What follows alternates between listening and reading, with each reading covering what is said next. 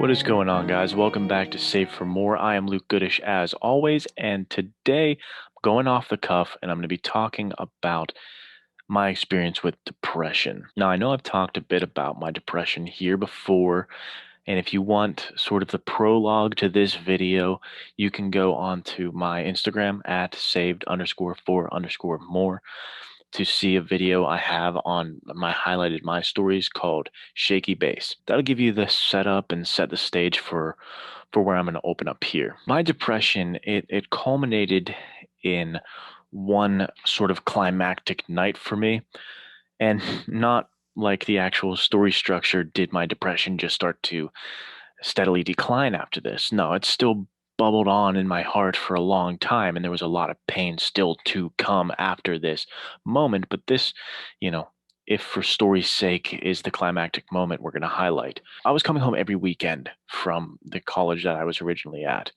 I didn't want to be there. I was depressed, just wanted to be home, things like that. Don't follow a girl to a college. That's just the rule of thumb. If you're watching this and going to college and you're thinking about that, don't do that. Don't ever do that. I've heard multiple stories of people who have been exactly like me, followed a girl out to a college, and then that became a terrible idea.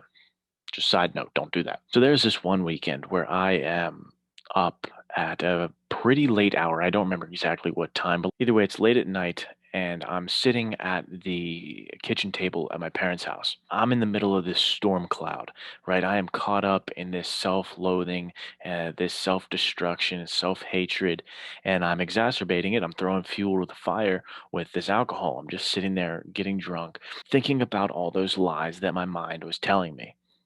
And I say this is the climactic sort of moment to highlight because this is when I heard those lies that haunted me and gnawed at me. I heard them coming in louder than I ever had.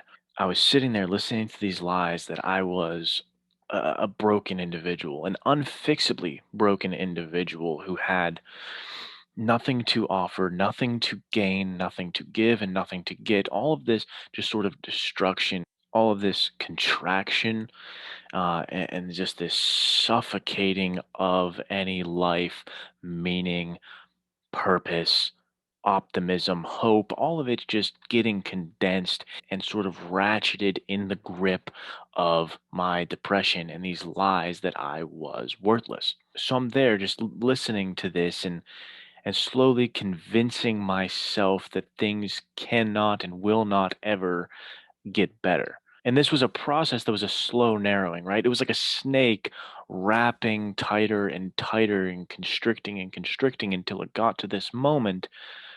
But here in this moment, the pinhole of hope and optimism got so closed up that I stood, I brought myself to the kitchen, and I grabbed a knife. I wasn't ready to do it right then. I don't believe I was gonna just kill myself right then and there.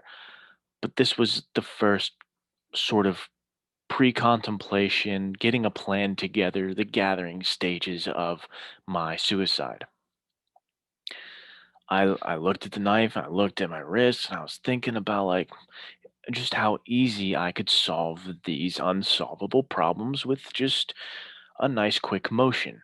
When you feel that you are being drowned by life, you are already submerged in the water. You are drowning in your everyday existence. So this option of slitting your wrists, ending it, killing yourselves, this drops down like some kind of life vest, and that actually looks like the heroic savior. Definitely going to be a little taken off my train of thought because I just had a phone call. But anyway, I think I was saying like it becomes the life vest. It looks like the life vest to you because you're already drowning. So that's safety. That's your salvation up there. It's not though, and this is the point, and this is sort of the message here. There are two sides of the fence here. If this is just reality and perception, I guess I have seen this side. I've been on this side where it is nothing but destruction, meaninglessness, pain, despair, hopelessness, void, nothingness, pessimism, nihilism. That's all here.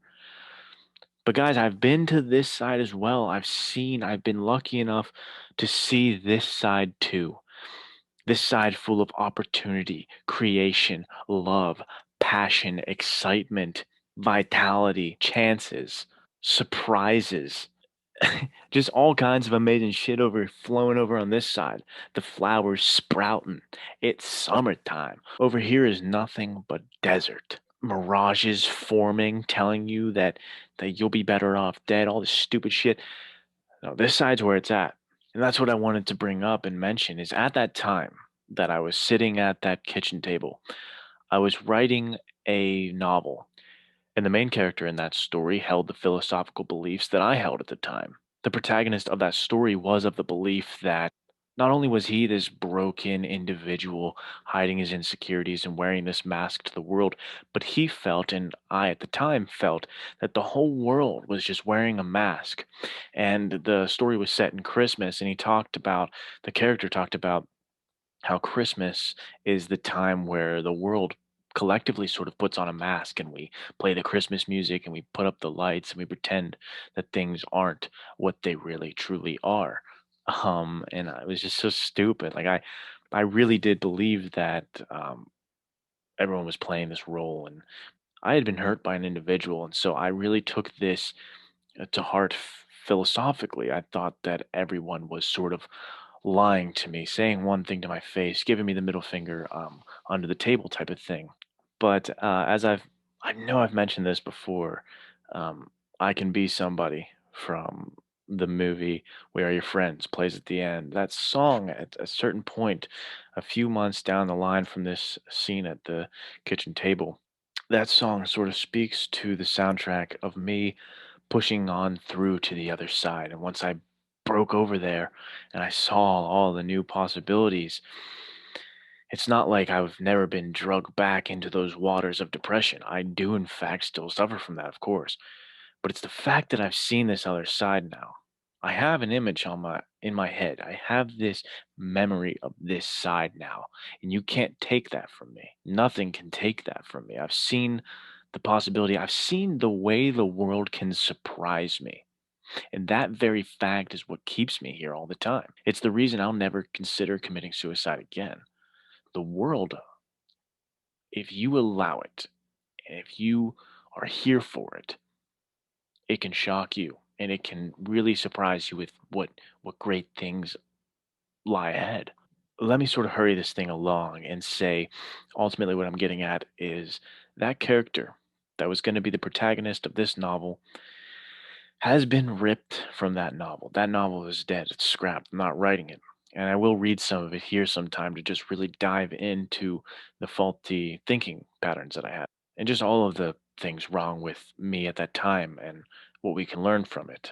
I don't have it on hand or I would do it now. But anyway, that character is coming with me and he's a character in the boxing story. The one that chapter one is up on this channel. Boxing story is the closest story to my heart. I've been writing it since third grade, and it's like I've said before, I want it to be this sort of counseling session wrapped in a boxing novel because that character, that protagonist from that novel I was writing then with all of these suicidal beliefs and the negative thoughts that I had, he is now the character that the older, wiser boxer gets custody of and has to take under his wing. That dynamic and that relationship on the page represents the internal battle that I have between these two sides. This older, wiser me who has seen this other side and is showing Caleb, this character, that he's just got it wrong and that he's got to give the world a chance. But there's a line in the boxing story that I want to present here as sort of the conclusion. Someone says to Caleb at a certain point in that story, you say that you are wrong about everything. You say you're a fuck up and you mess this up, you mess that up. So why in the world are you so convinced that you're 100% right on this? Referring to him thinking that he's useless, worthless, broken creation that should do nothing but hurry along his meaningless death. So I ask you the same question. What makes you so damn sure? Just assume. Just humor me and assume that you are wrong. Assume that you are wrong and give yourself an opportunity to see the other side. I have been into the darkness. I have been caught and encased by that inky glacial water. It sucks.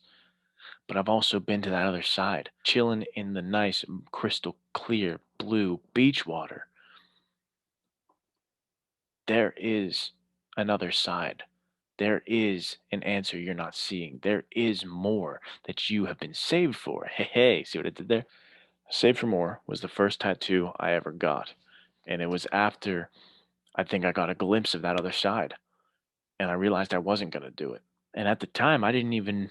My dad said this to me. He said that at the time I got it, he didn't think I believed that yet. And he was right. At the time, I didn't really believe it and I didn't know what I'd been saved for. But trust me, guys, I'm starting to see things unfold. Things are starting to click in place. And the meaning and purpose of your life is coming there down the road. Just do not give up on yourself. Don't ever email me in front of a video again. Do not give up on yourself. Give yourself a chance to see that meaning, to see that light at the end of the tunnel. There is another side. I want